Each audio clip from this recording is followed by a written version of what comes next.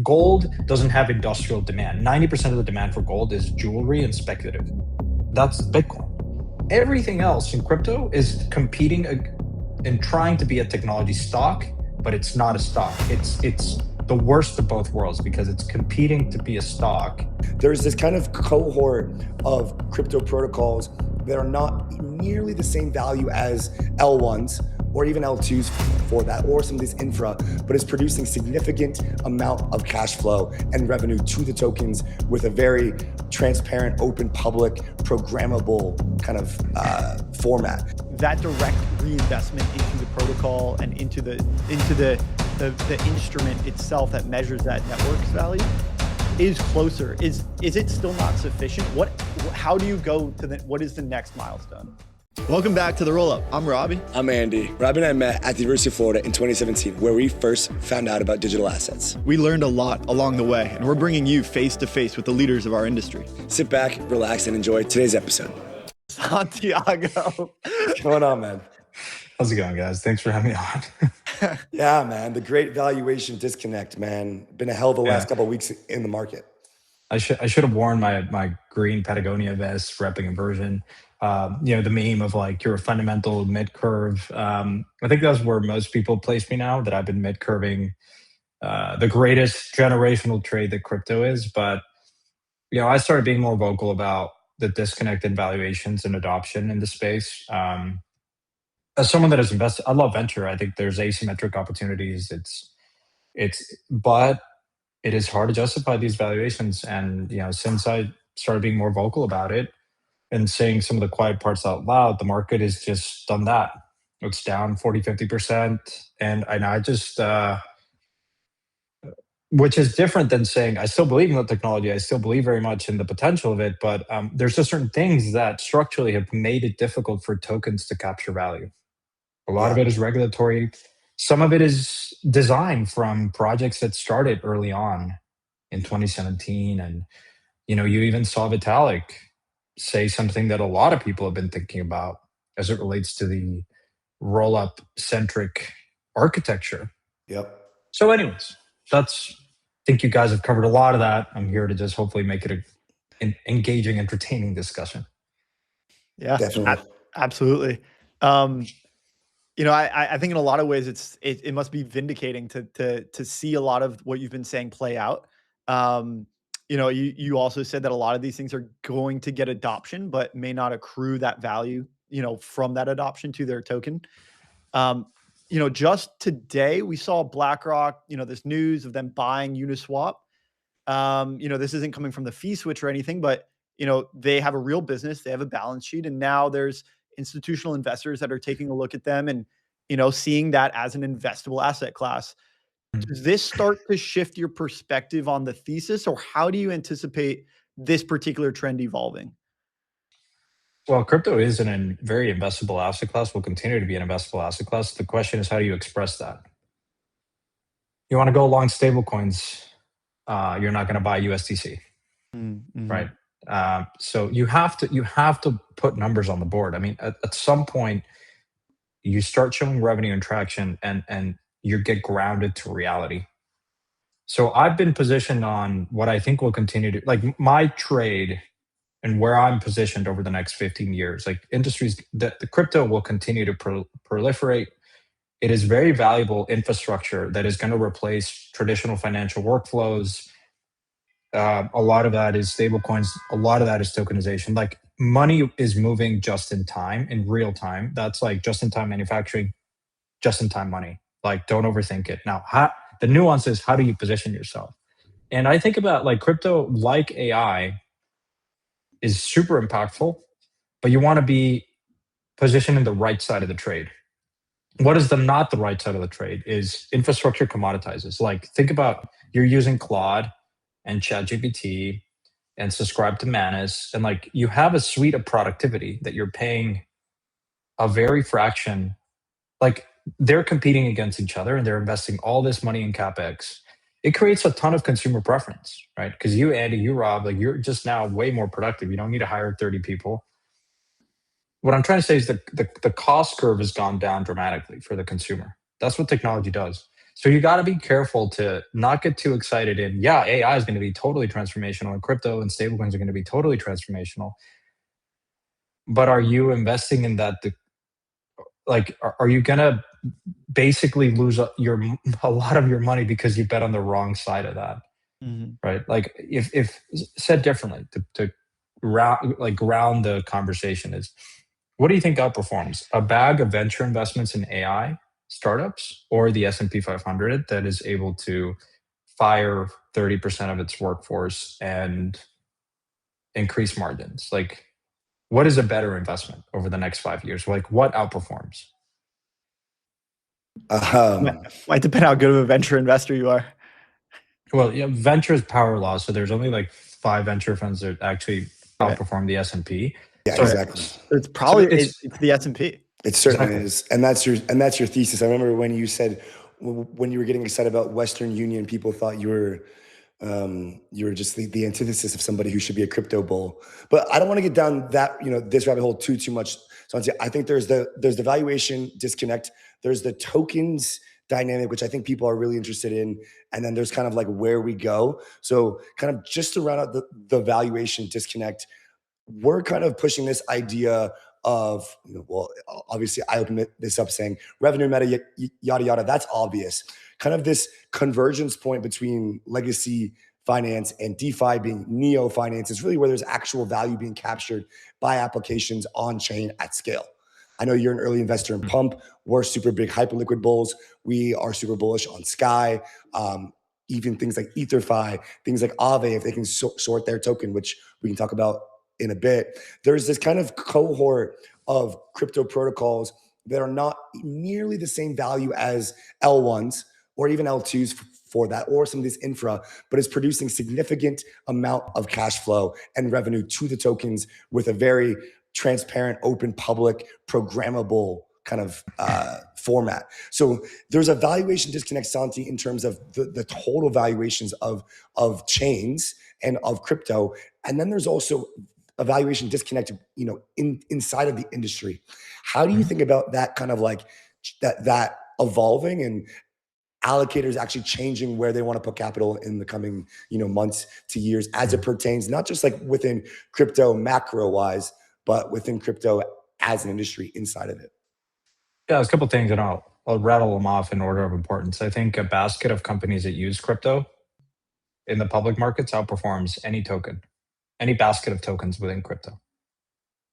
That is, Figure, that is Visa, that is Stripe when it IPOs, Klarna, all these businesses that are using this infrastructure that we've built over the last 10 years will be made radically efficient. They will cut their costs 20, 30, 40%.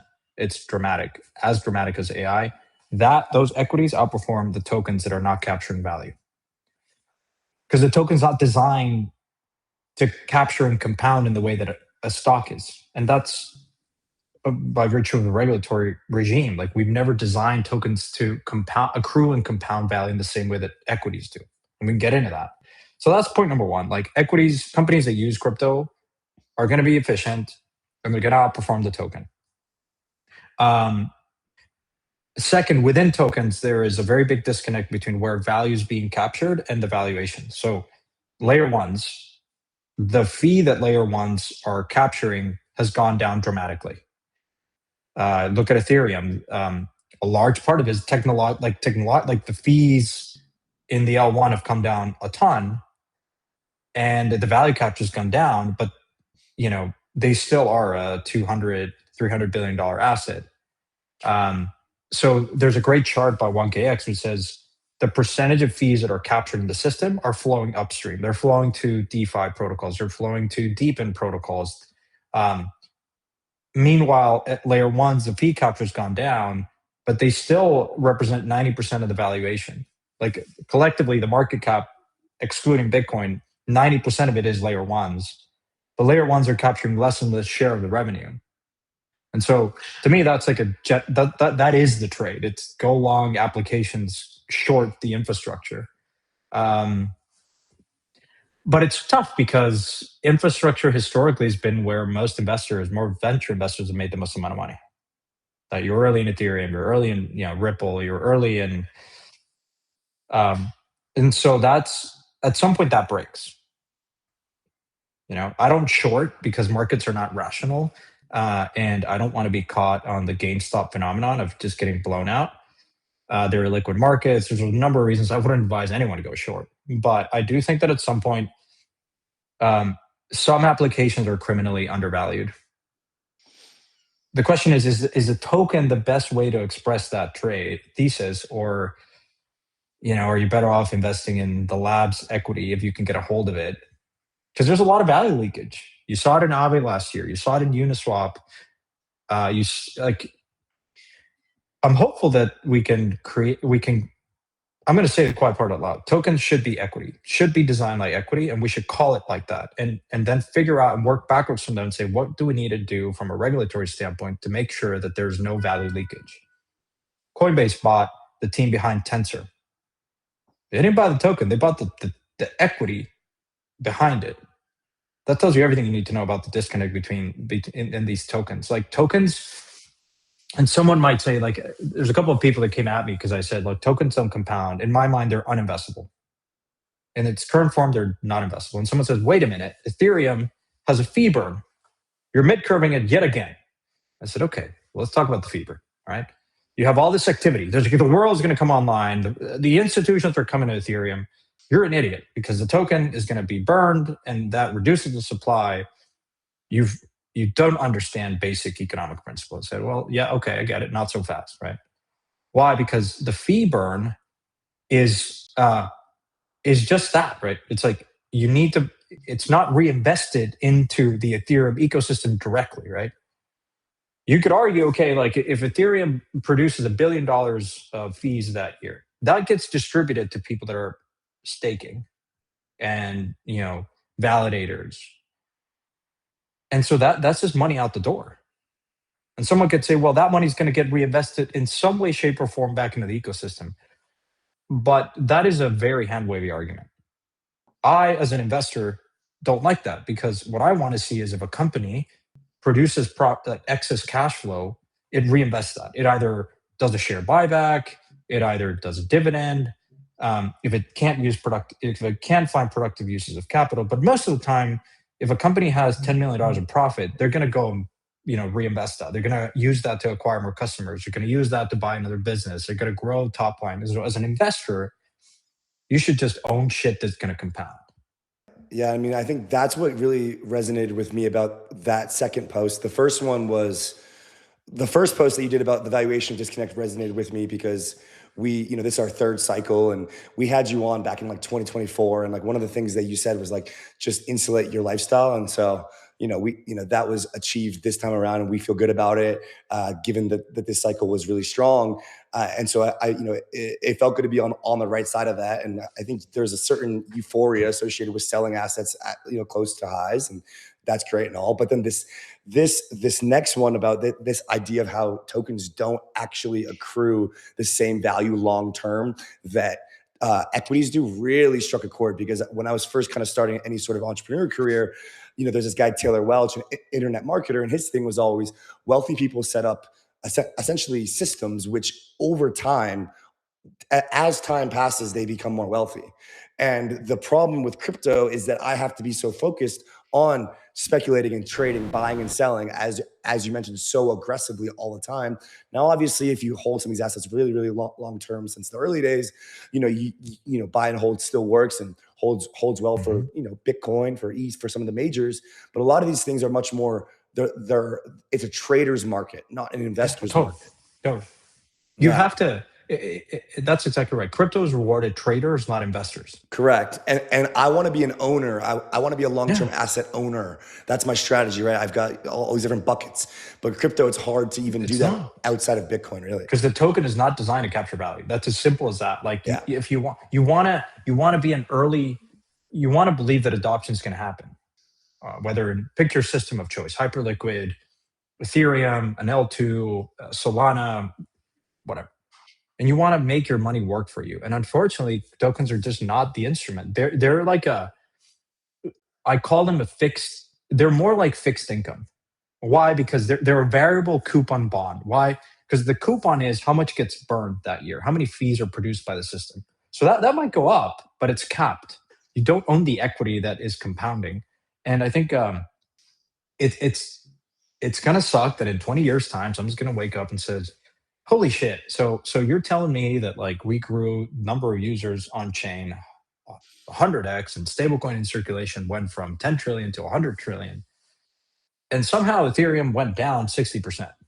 Make it make sense. What was You're the like, quote on the top of the article? Stablecoin Yeah. volumes went 100x, but our fund only returned 1.3x or something. Yeah. And look, it's the unfortunate circumstance, and anyone that's been on the investing side understands you want to get out the door as quickly as possible. Yeah. And that creates, it's no different than Bitcoin miners, right? Bitcoin miners, the calculus that goes into an industrial grade miner or even a retail miner, you see it in deep end, you see it in Bitcoin, is I'm going to spend this money for hardware and invest and dedicate energy, provision energy resources into a system that is going to pay me a block reward. And I got to believe that payback is there in a year's or 2 years time, because I believe that what I'm putting in and putting out, that calculus is positive for me. But you have a constant amount of sell pressure. So Bitcoin's a bit different in the sense that you believe that it has this sort of store value property. And so you hold it like you hold oil, and you store it or gold because it's valuable. Like gold doesn't have industrial demand. 90% of the demand for gold is jewelry and speculative. That's Bitcoin. Everything else in crypto is competing and trying to be a technology stock, but it's not a stock. It's the worst of both worlds because it's competing to be a stock.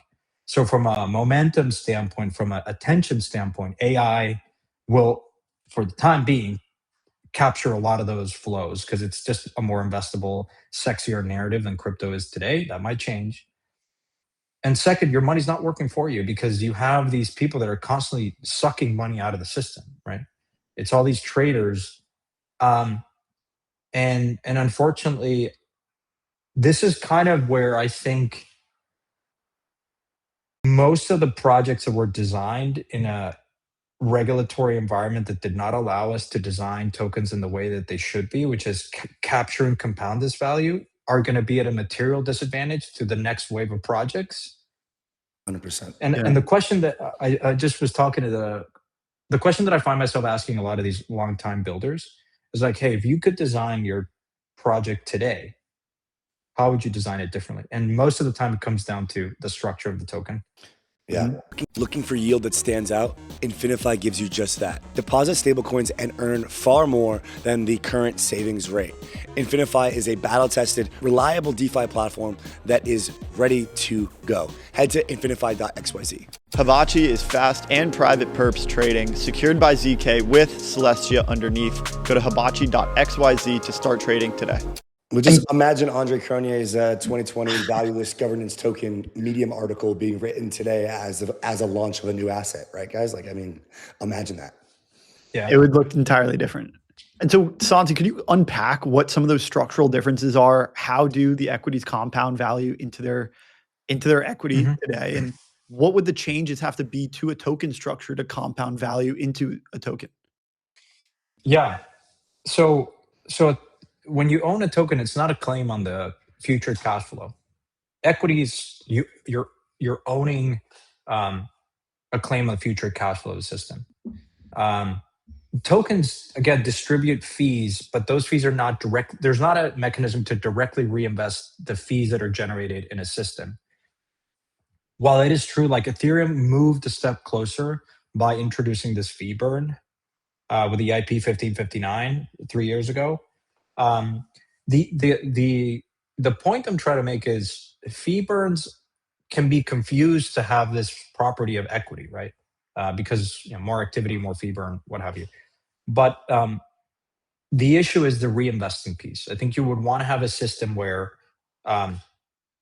in the case of, for instance, Uniswap, you dissolve labs, the token captures the fee of the front end and captures the fee of the system. And then there's the more interesting question is, well, who gets to decide how those fees are either reinvested or distributed to token holders? Because in companies, if you're Amazon and you have excess profitability, or Google's a good example. It's like it was so widely profitable in search, and then it said we're going to invest in robotics and AI and a number of different divisions. And so, if you're an owner of Google stock, you're investing behind a team that is going to be a steward of capital to reinvest that money. And if it at some point decides that it can't reinvest that money, it's going to pay you a dividend. But it's the velocity of the decisions. Like, because in Ethereum, I was thinking about this the other day. It's like it took us like 6 years to do the merge, and the speed by which those decisions happen is really slow. Um, and I don't know what a good solution for Ethereum would be, for instance, in these systems that are very distributed. I've always felt that you should distribute the token, but not the decision making behind the company. And so that's why you see some projects that are a bit more centralized on the product, like Solana, or Canton, or Hyperliquid. Like, these are centralized teams that are, Hyperliquid. The speed by which these proposals happen is quite fast, and you could you're a large part of. I don't know, if you ask like 100 people that own Hype, I think a lot of the bet is like, this is just a very cracked team of like less than 20 engineers that know what they're doing, and they're going to make really good decisions for the protocol because they own a big part of it, and hope that they're not going to sell. But like the way they ran the stablecoin RFP, well, that's pretty interesting. That captures a lot of value.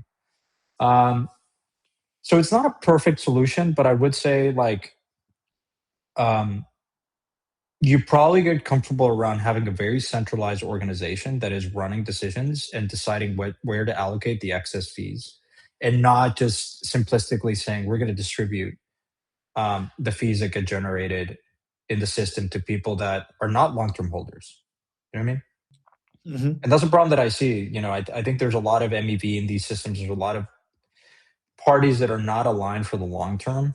They're not stakeholders. They're just like extracting revenue and then not reinvesting it into the system. And so the last thing I'll do is probably collapse the labs and equity. And look, there's a reason why Deepin hasn't traded well, because like something like Helium, the market understands that. Like that's sort of the other point I want to make is the market's not dumb. It sees that and says, wait a minute, I actually don't own the goose that makes like the golden goose here. I'm owning a token that there's some fee burns, but I don't understand. And that's the Degen Spartan had this like valueless governance tokens meme, and I think it's very true. I think the market's not dumb. YEET is built for big moments. The most fun you'll ever have with your crypto. Go to yeet.com to yeet into your next game.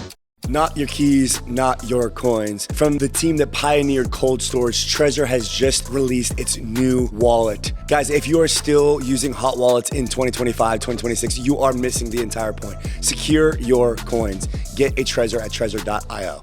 I take it that, we are making progress, just much too slow. Like the Ethereum fee burn was a step in the right direction. It's not a big enough step. And then Hyperliquid and Solana, and particularly Hyperliquid with buybacks, are a much more direct impact on the underlying token. And so that direct reinvestment into the protocol and into the instrument itself that measures that network's value is closer. Is it still not sufficient? How do you go to what is the next milestone?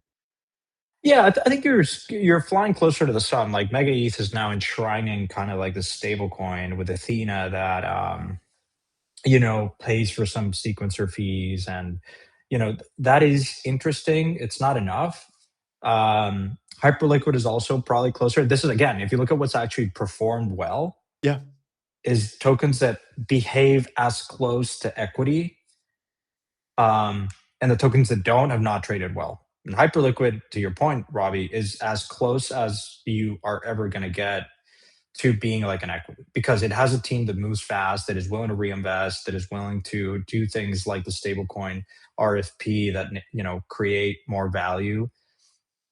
There's still, it's not perfect, right? But it's as close to it, and I think that combined with, of course, Perps just being a killer category. But to round out this point, I mean, I think again, I want to just validator rewards are not reinvesting. Those are operating costs to run a decentralized system. And so paying validators is to secure the network is like paying rent, right? Keeps the lights on, but it doesn't compound value to the token holder. In this, and so that's like, it's just important to internalize, because most people will always say, oh, validator rewards or this is how you get rewarded. It's like equity, and it's really not. And the other point, which is hard to reconcile, it touches on a lot of things, not just like this disconnect between tokens and equity, is like, going back to the opening, you're going to see more and more fees get generated by these systems like L1s.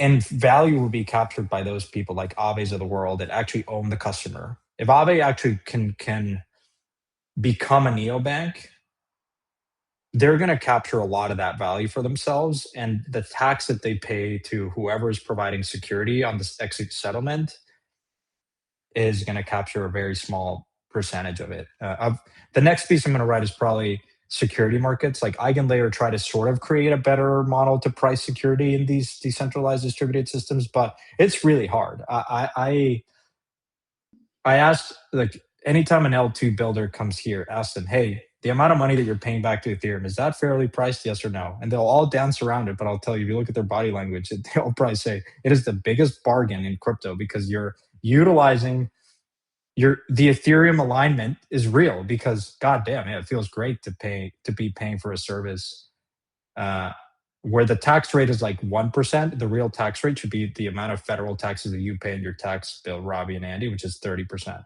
Ethereum provides a valuable service, which is security, and I think Vitalik at one point woke up and said enough is enough.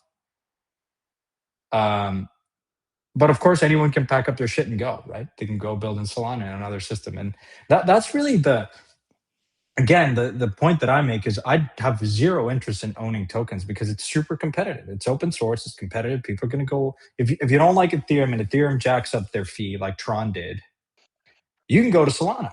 And then if you don't like what Solana is doing, you can pack up your shit and go to Tempo. Yeah. And so again, I think, like, as we think about what we're doing at Inversion, I like that dynamic, because I'm just going to go to the best provider, and infrastructure eventually becomes a commodity.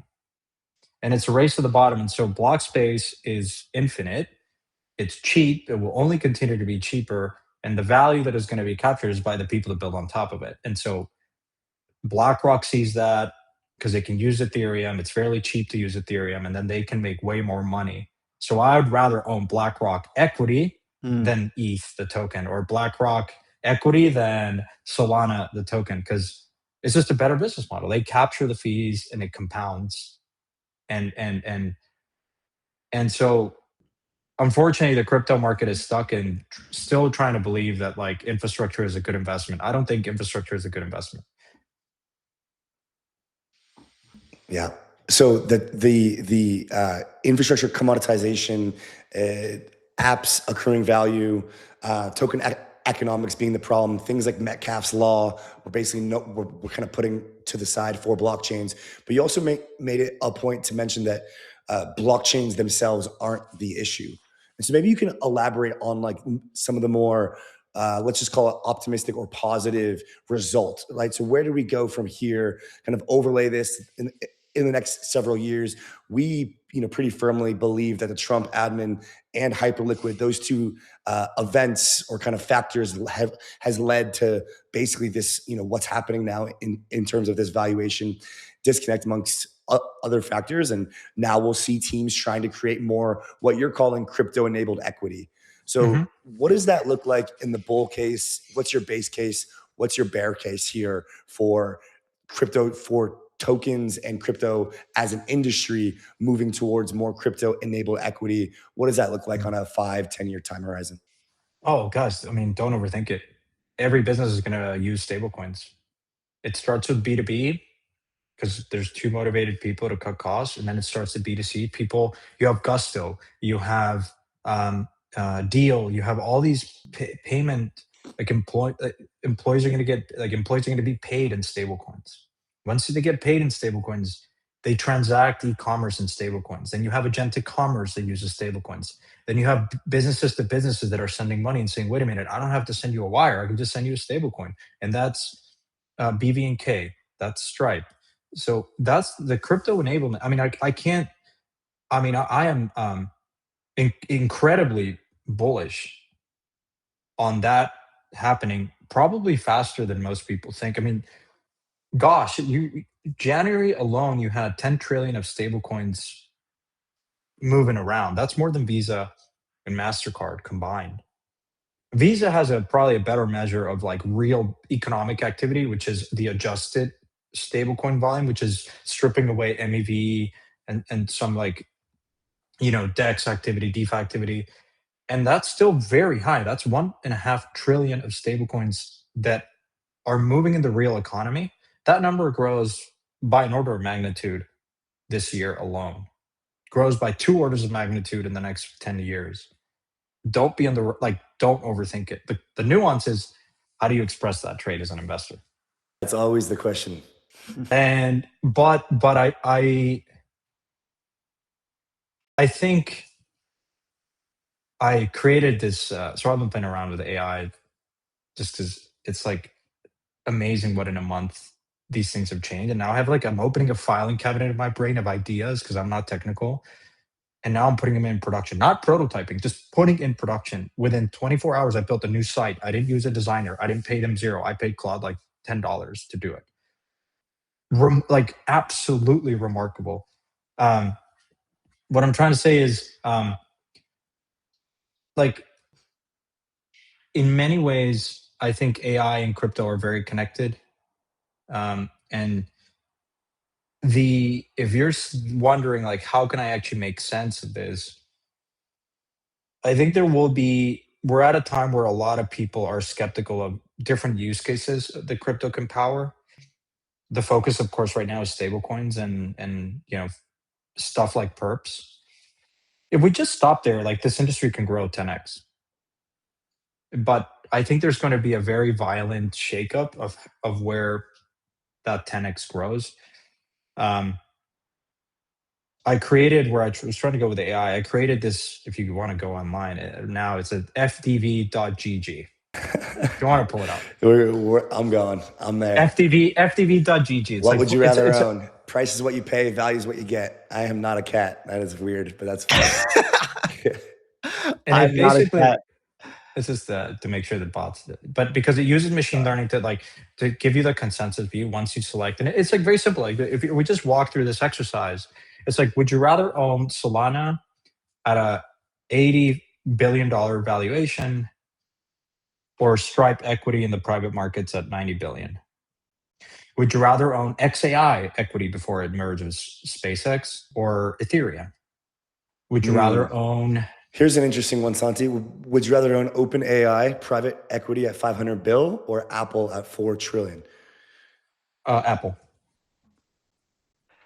I think Apple is the dark horse in the AI contrarian. race. That was contrarian, 43%. I had Bitcoin 1.3 trillion or Berkshire Hathaway 1.1 trillion. Berkshire Hathaway. That was very contrarian, 20%. Wow, this is insane. This is a great site. And then it uses. So I built that. I had a project like this because I kept when someone asked me this question, how do you do you want to invest in crypto or not? I think we all agree. My framework in investing is everyone understands the demand side of crypto extremely well. Everyone knows it's unequivocal that demand is going to grow for block space. Demand is going to grow for stablecoins and other applications. No one argues that anymore. But whenever you're critical about valuations, everyone always goes back to demand. And you're like, well, but see, that's my point. If you really want to make money, you need to understand the supply dynamics. What are the supply dynamics? With a click of a button, anyone can deploy a chain. So the block space is incredibly elastic. It's not scarce by any stretch of the imagination. It's not like you built a road. There's no moats to these systems other than some sort of mimetic brand value that is hard to wrap your head around, that it's worth 300 billion. I'm sorry. I'm just going to call it that. And so I think if you really want to make money as an investor, you need to understand the supply, how that curve, the shape, the slope of the curve, and the shift in the curve as technology advances. And 5 years ago, I think you could have argued demand for block space was there And it is very hard to build a consensus engine, a layer one. It took you, you had to, it wasn't easy to launch a chain. Now it's very easy to launch a chain. And so I think when you go through this game of what you'd rather own, it's always useful to put it in perspective because it frames the conversation not of, as an investor, you don't necessarily have to own anything. You don't have to own a token. You can go and buy Western Union for $9 billion, or you can go buy $4 billion. Sorry, you could go buy, equity in things that are going to use the infrastructure, and I think that's how I disarm a lot of the arguments in crypto, which is you have a really fanatical base that is very, very. It's like a religious kind of experience, right? You're Ethereum aligned or you're not. Don't ever bring up the point that Ethereum is worth 300 billion because you're a mid curve and this is going to the moon, and you're like, fair enough, like to each his own. Santi, I don't think the robo advisors have a ideological preference to their asset classes as much as we do humans. No, the market doesn't care. The market's not fair. The interesting thing I will say is like the pendulum will swing back to new applications beyond stablecoins and perps. Yep. I'm actually kind of now excited to start thinking more and more about that. I think that more value is going to be captured from this point forward by newcomers and early and adopters than the OGs that have been investing in the space that are now leaving. Mm-hmm. And a lot of them are leaving because they said, "Gosh, like we envision a world where you're going to have a decentralized Uber and a decentralized, Airbnb experience." And this whole idea of like Wall Street on blockchain is it's not cool for me. Yeah, it's not the same. Candidly, not that I don't just want to criticize Ethereum because I was an early investor in Ethereum. I think there's a lot of really good things about the Ethereum community and developer, and it's remarkable what it did in the coordination standpoint. But one thing that's always bugged me is the fact that somehow I feel like the Ethereum insider group, even Vitalik, has sort of been dismissive of DeFi. It's like, let's explore other more aggressive things. And you've seen a lot of the OG DeFi builders say, wait a minute, man, like I'm trying to build something cool here. I'm trying to build something that is powerful. Financial inclusion gets lost in the conversation.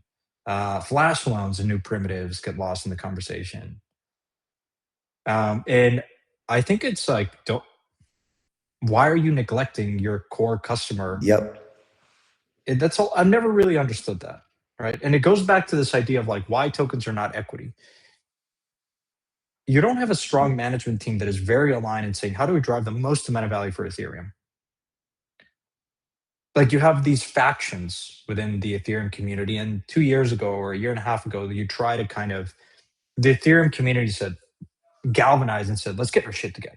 Because Solana's eating our lunch and other blockchains are eating our lunch. And then so you have now these two different organizations. And so that's the drawback of decentralization, that unfortunately we try to decentralize as quickly as possible everything from validation and block production to product to the hierarchical. And I think that's something that I think if someone in a private conversation would tell you, we probably shouldn't have done that. We probably should have stayed a bit more, but you couldn't have done it, right? Because it was a very hostile regulatory environment. So it's not surprising that a lot of the L2s, Hyperliquid, a lot of the new chains are very much centralized from a product decision-making standpoint. Yep. Some go even as far as like being very opinionated in the applications they get built, right? Mega ETH selected Athena. That's a pretty specific choice, right, by a management team. That, by the way, may or may not be the right choice because it introduces counterparty risk, and if Athena, it is a, but I think that's moving fast is important, and making decisions is very important to adapt to new demand for block space. And unfortunately, a lot of these kind of Gen 1, Gen 2 chains are not designed to move fast and to compound in the way that, a management team and a company that represents an equity will. And the power of compounding is the velocity by which you make those decisions and reinvest that cash flow. Fee burns are not that. Validator rewards, not that. Are not that. And if you think about it, it actually works in reverse, because the time that you spend holding assets which don't have that property of making owners wealthy is time less spent owning assets that could do that for you. And Santiago Santos, always a pleasure, man. Hope you're spending as much time building out inversion as you are writing these bangers, brother. So you best believe we're in the new office. That's our little background in Inversion Green. So we're here, we're building. Yeah, thanks for having me on, guys. Cheers, man.